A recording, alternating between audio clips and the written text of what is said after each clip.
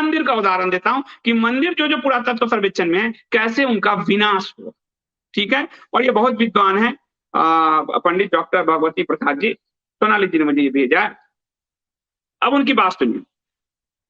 मंदिर को ज्यों ही आप सरकार के कब्जे में डाल देते हैं त्यों ही वह संविधानिक रूप से सेकुलर हो जाता है। यानी अब वो मंदिर नहीं रहा, वो सेकुलर पैसा वसूली का केंद्र बन गया। कल को गोभक्षक पुरातात्विक अधिकारी कहेंगे केदार लिंग पर शहद और घी लगाना बंद कर दो। इससे पत्थर का क्षरण होने का खतरा है, तो आपको अपनी पूरी पूजा पद्धति बदलनी होगी। अब मंदिर के अंदर आप भैरव के सरसों के तेल का दिया नहीं जला पाएंगे, भैरव के सामने जलाते हैं, क्योंकि इससे स्मारक के पत्थर काले हो जाएंगे। आदि संकट के समय से नहीं हुआ, इनको चिंता सता रही है। देखते जाओ, प्रकृति के प्रलय से जो बच गया वो उसको, उन महादेव को ये संरक्षित करने जा रहे हैं। अरे अहंकार क्या क्या ना करे, आगे देखिए। आप कभी भी पुरातत्व विभाग के गौभक्षक अधिकारी को निरीक्षण हेतु मंदिर में जब चाहे तब जाने से नहीं रोक सकते।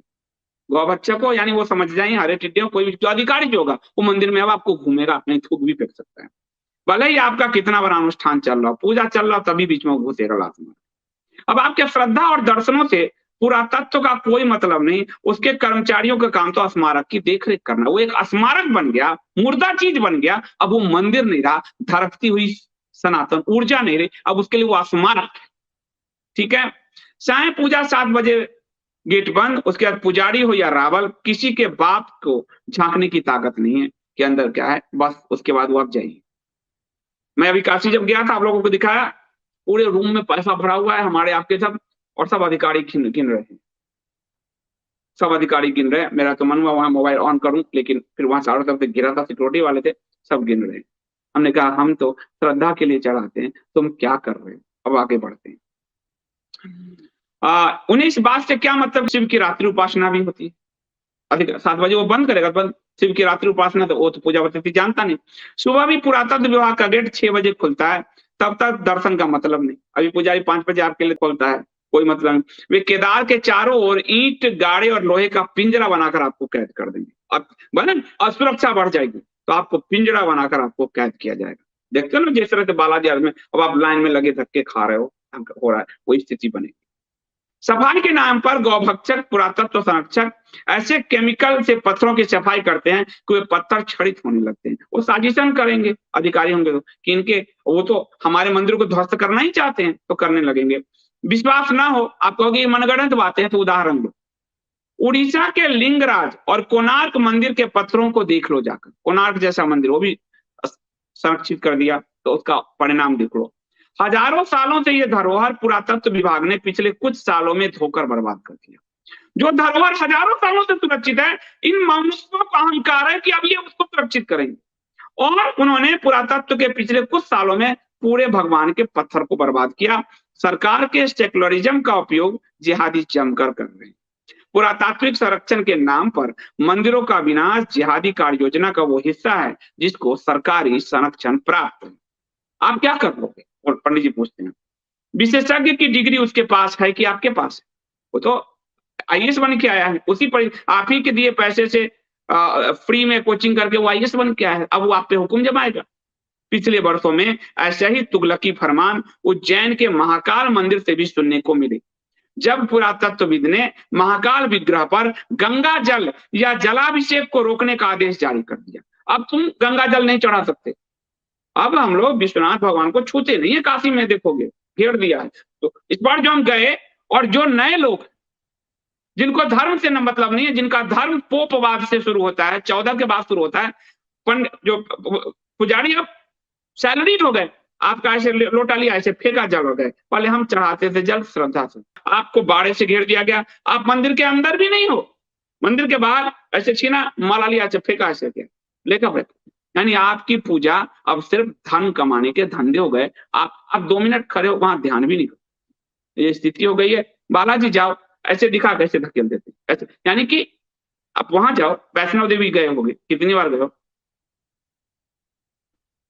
ये स्थिति बन गई। आप कहोगे भीड़ बढ़ती जा रही है तो क्या हो रहा है संदीप जी?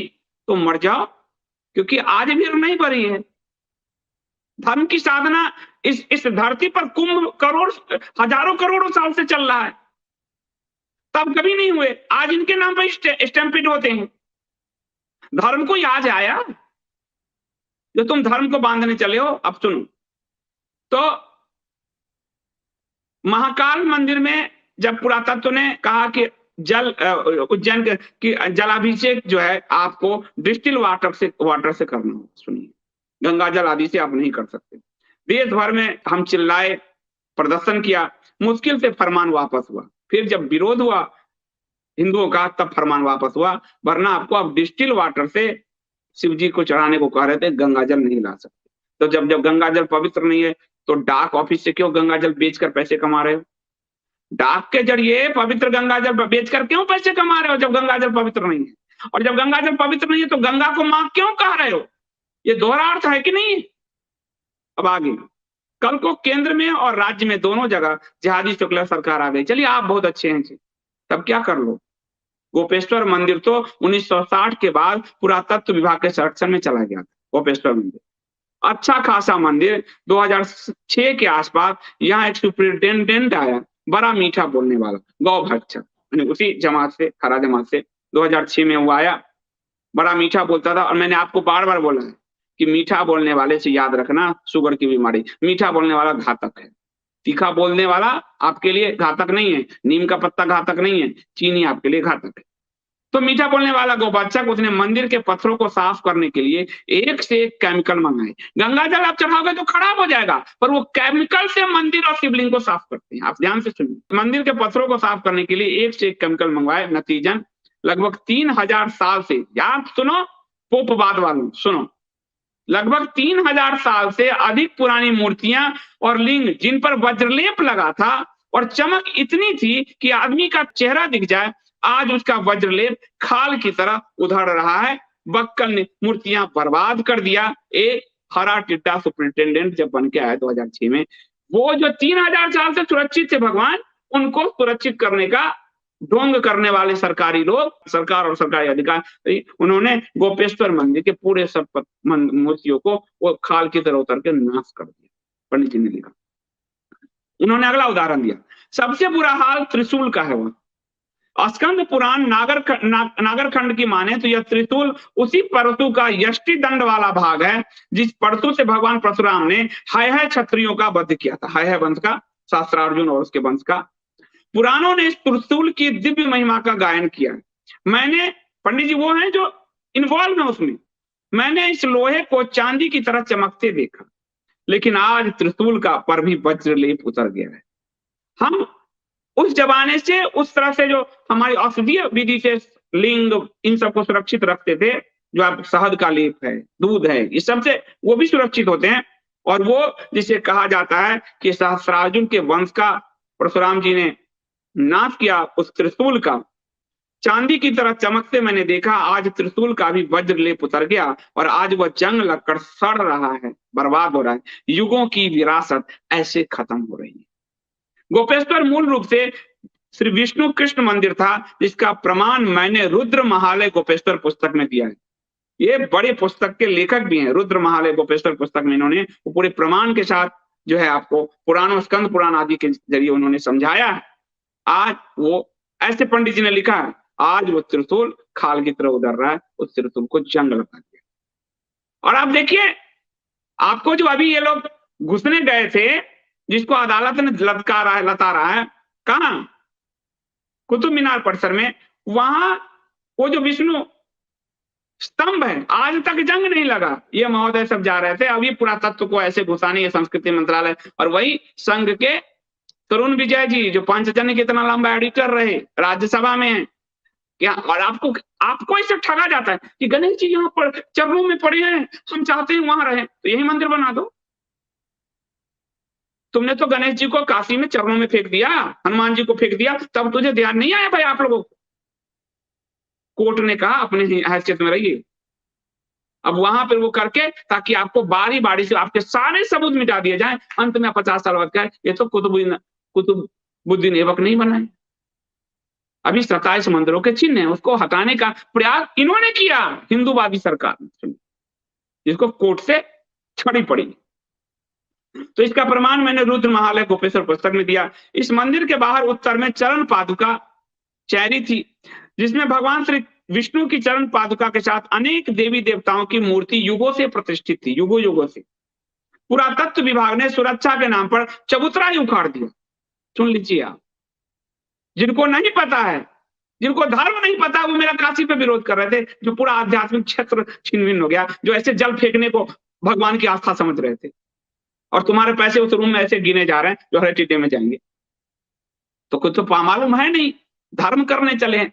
अधर्मियों की संख्या बढ़ रही, तभी तो प्रभु जागृत नहीं हो रहे। हिंदू धर्म में ही सबसे ज्यादा अधर्मी पैदा हो गए। तो पुरातत्व विभाग ने युगों से प्रतिष्ठित मूर्ति जो थी उसका चबूतरा ही उखाड़ दिया। मूर्तियों को उखाड़ कर अंधेरे कोने में फेंका गया।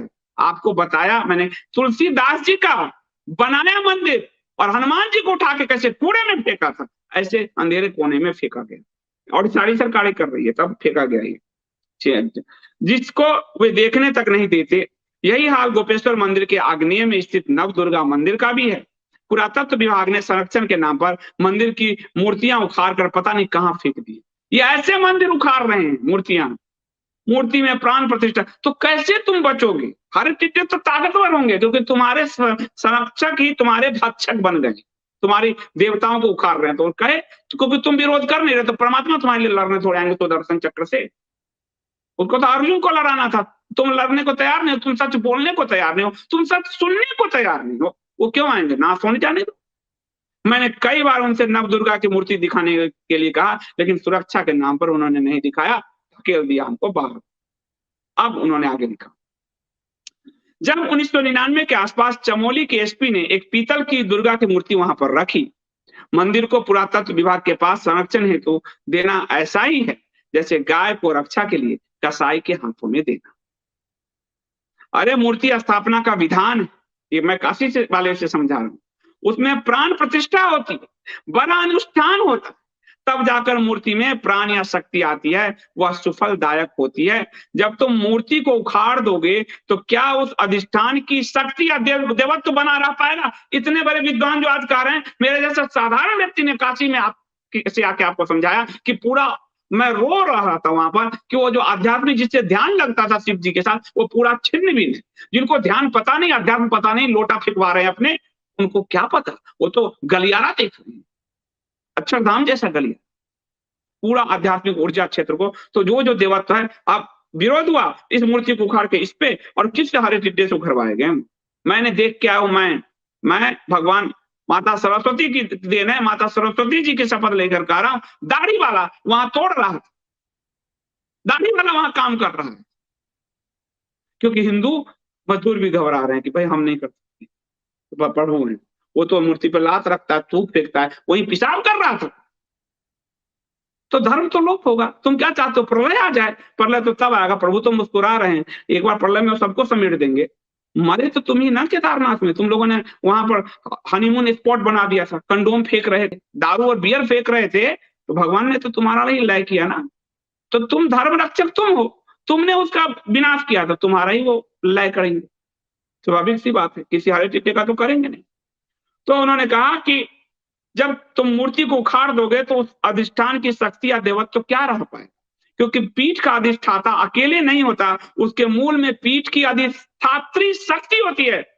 आप याद करो काशी, मैंने कहा कि माता पार्वती को उखाड़ दिया। अब तो विद्वान लोग बोल रहे हैं, अब तो सोचो, अब तो विद्वान लोग बोल रहे हैं। आगे वो लिखते, अधिष्ठात्री शक्ति की अपनी सेना होती, कहाँ भैरव रहेंगे, कहाँ नंदी रहेंगे, कहाँ भ्यूयाल रहेंगे, कहाँ कीर्तिमुख रहेंगे, कहाँ योगनिया रहेंगी, कहाँ वीर होंगे, कहाँ प्रमद आदि गण होंगे, कहाँ यम रहेंगे। उसकी उपयुक्त पर्व पर पूजा उपासना विधि विधान का पुरातत्व के किसी अधिकारी को ज्ञान ही नहीं है, तो क्या करेगा? पूरे पंडित पुजारी को गाली देने की तो परंपरा हो गई, उसके ज्ञान को समझना नहीं। और जो अभी आपको ये मणिकर्णिका से जोड़ा गया ना काशी में, वहां पे तंत्र के बड़ी बड़ी साधना स्थली थी, सब उखाड़ दिया है। वो योगिनियां भक्षण नहीं करेंगे तो आपका क्या करेंगे? क्योंकि आप तो काफी से परिचित नहीं हो। वहां तंत्र के बड़े बड़े साधना होती थी, वो तंत्र की सारी योगिनियां मंदिरियां उखाड़ दिया गया। और तंत्र ऐसे खुले में नहीं होता, आपके पर्यटन के लिए नहीं होता, उसकी गुप्त साधना होती है, इसलिए वो पूरी तरह से गचा गया था। पर आपको तो वहां पर्यटन देखने हैं, बियर की बोतलें पीनी है। काशी में बियर का बोतल खुल रहे हैं, बैंकॉक की तरह मसाज पार्लर खुल रहे हैं, धर्म क्षेत्र अधर्म क्षेत्र में बन रहा है, वही अब सब जगह होने वाला है। तो वो जो कह रहे हैं कि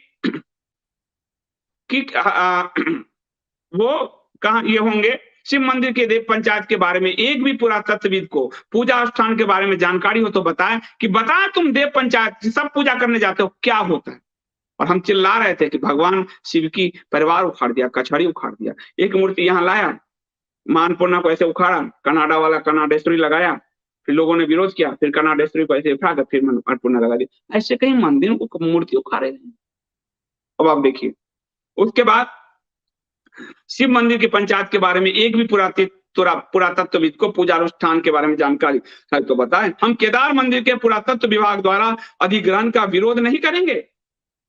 अगर पुरातत्व विभाग को हिंदू धार्मिक मान्यताओं और परंपराओं का ज्ञान नहीं है तो पुरातत्व विभाग किस बात का संरक्षण करेगा? जब तुम्हें धर्म का ही पता नहीं तो संरक्षण क्या करोगे? पत्थर का, पत्थरों के ढेर का संरक्षण करोगे? सरकार मकबरे, मजार, कब्र, स्मारकों और मंदिरों को एक ही तराजू में तौल रही है। पुरातत्व विभाग जो मकबरा का संरक्षण है वही मंदिर, आपके मंदिर को सरकारों ने, ये अभी की केवल सरकार नहीं, 60 से चल मैं बता रहा हूं, आपकी सरकारों ने कब्र और मकबरे के बराबर आपके मंदिर को खड़ा कर दिया। कब्र और जहां गंध है, मेरी धर्म धर्म पत्नी ने कहा कि अब ताजमहल मत आना, गंध है, चिल्ल उड़ते हैं वहां, चले जाओ, मेरी बात भरोसा नहीं होता तो दिल्ली में जो लोग है वहीं चले जाओ, हुमायूं के मकबरा में गिद्ध मंडरा रहे हैं क्योंकि वहां लाशें दबी है। जहां लाशें दबी है नकारात्मक ऊर्जा, उसकी समानता तुम परमात्मा के मंदिर से कर रहे हो, एक तराजू पे उसको तोल रहे, कमाल हो गया आपका। फिर आप देखिए, आज पुरातत्व विभाग और सरकार हक हुकूक धारियों को सब्जबाग दिखाकर मंदिर का अधिग्रहण कर लेती है, क्योंकि हिंदुओं को लगता है पोप साहब ठीक कर रहे हैं, पोप संस्थाएं, पोप पार्टियां, तो वो सब्जबाग आपको दिखाते हैं और आप यस यस बॉस करते हो। लेकिन कल क्या हाल होगा तुम्हारा, क्योंकि यही सरकार तो हर समय नहीं रहेगी तुम्हारी, और आज भी तो ये दे ही रहे हैं हरे टिड्डों को सब।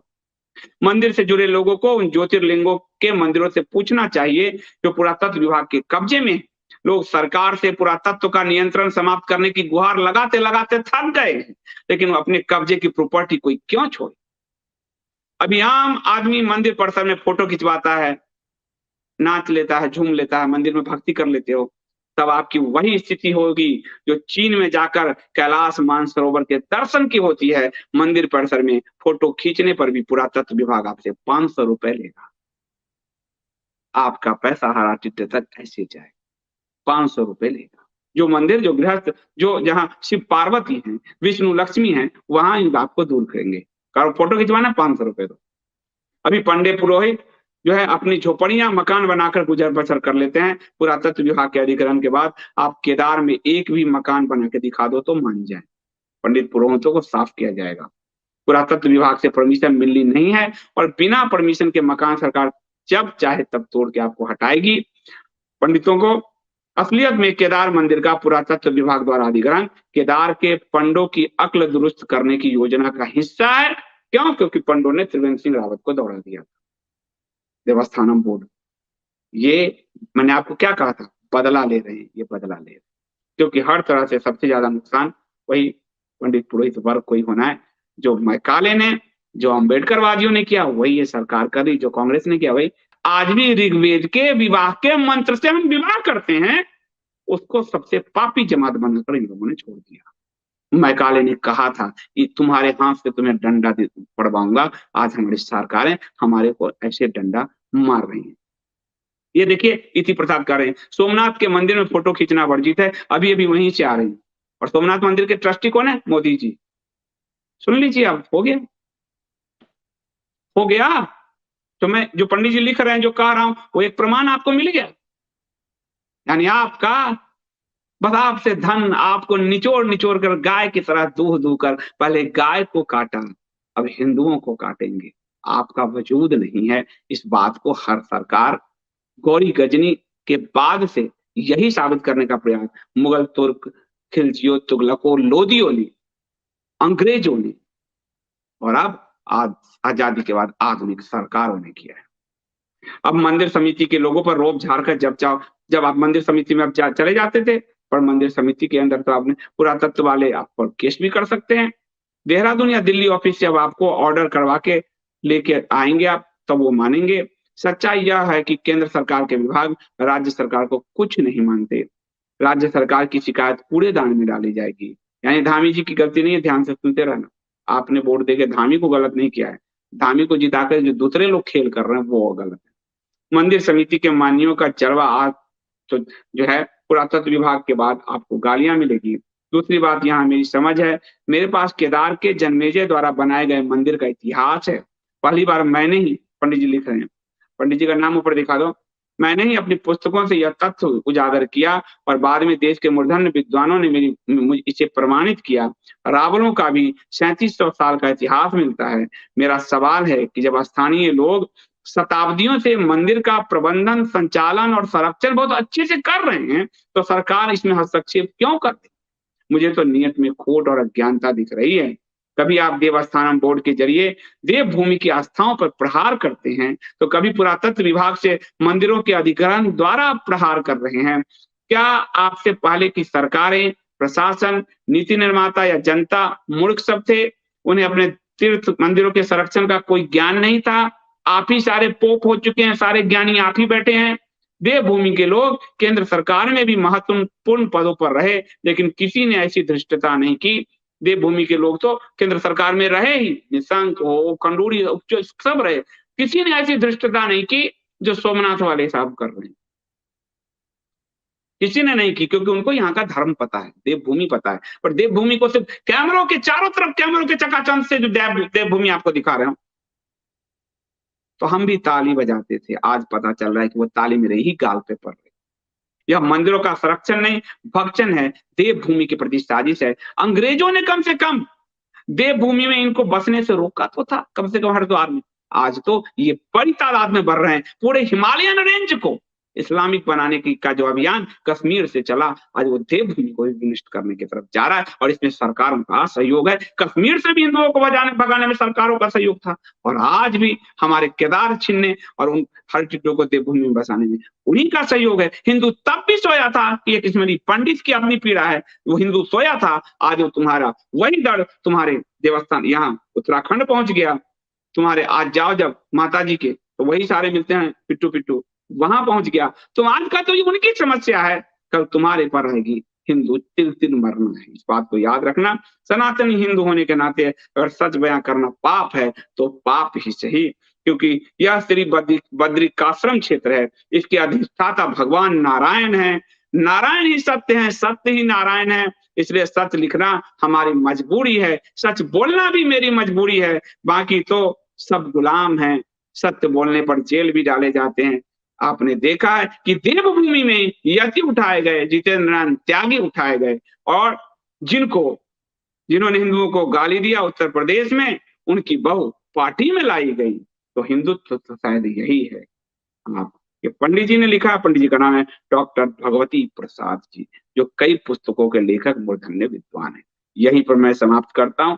आवाज उठाओगे तो पाप से मुक्त रहोगे, कम से कम। आवाज नहीं उठाओगे तो तुम्हारी दुर्गति भी होनी है। मत सोचो कि आज जो हम आज ही हैं, कभी आप गजनी की सेना के द्वारा रौंदे गए होगे, तब भी नहीं सीखे तो बार बार चक्कर लगा रहे। यही सच है, सनातन यही है।